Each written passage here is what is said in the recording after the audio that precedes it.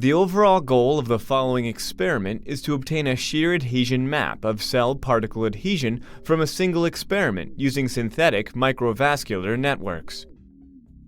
This is achieved by first coating the microfluidic device with the protein of interest, in this case avidin.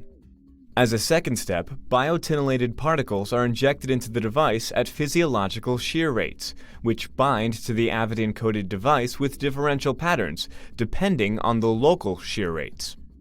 Next, the number of bound particles is counted in order to generate a shear adhesion map of the particles, using a computationally created database of shear rate values in the network.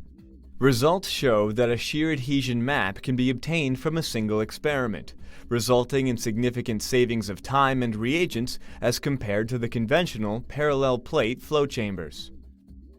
The primary advantage of this technology over existing methods such as linear flow channels is that we can generate shear adhesion maps from a single experiment, resulting in a significant saving in cost and time.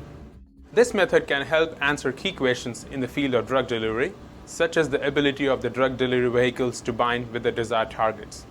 We first had the idea for this method when we were using parallel plate flow chambers for understanding cell particle adhesion under fluidic conditions. Though the focus of this assay is to provide basic insights into particle and cell adhesion, the SynVivo platform can be applied to a variety of other systems such as cancer and CNS delivery, infection and inflammation, thrombosis and microcirculation dysfunction.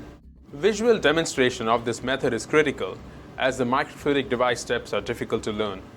Getting accustomed to small sample volumes and the best practices to avoid bubble formation are better communicated visually.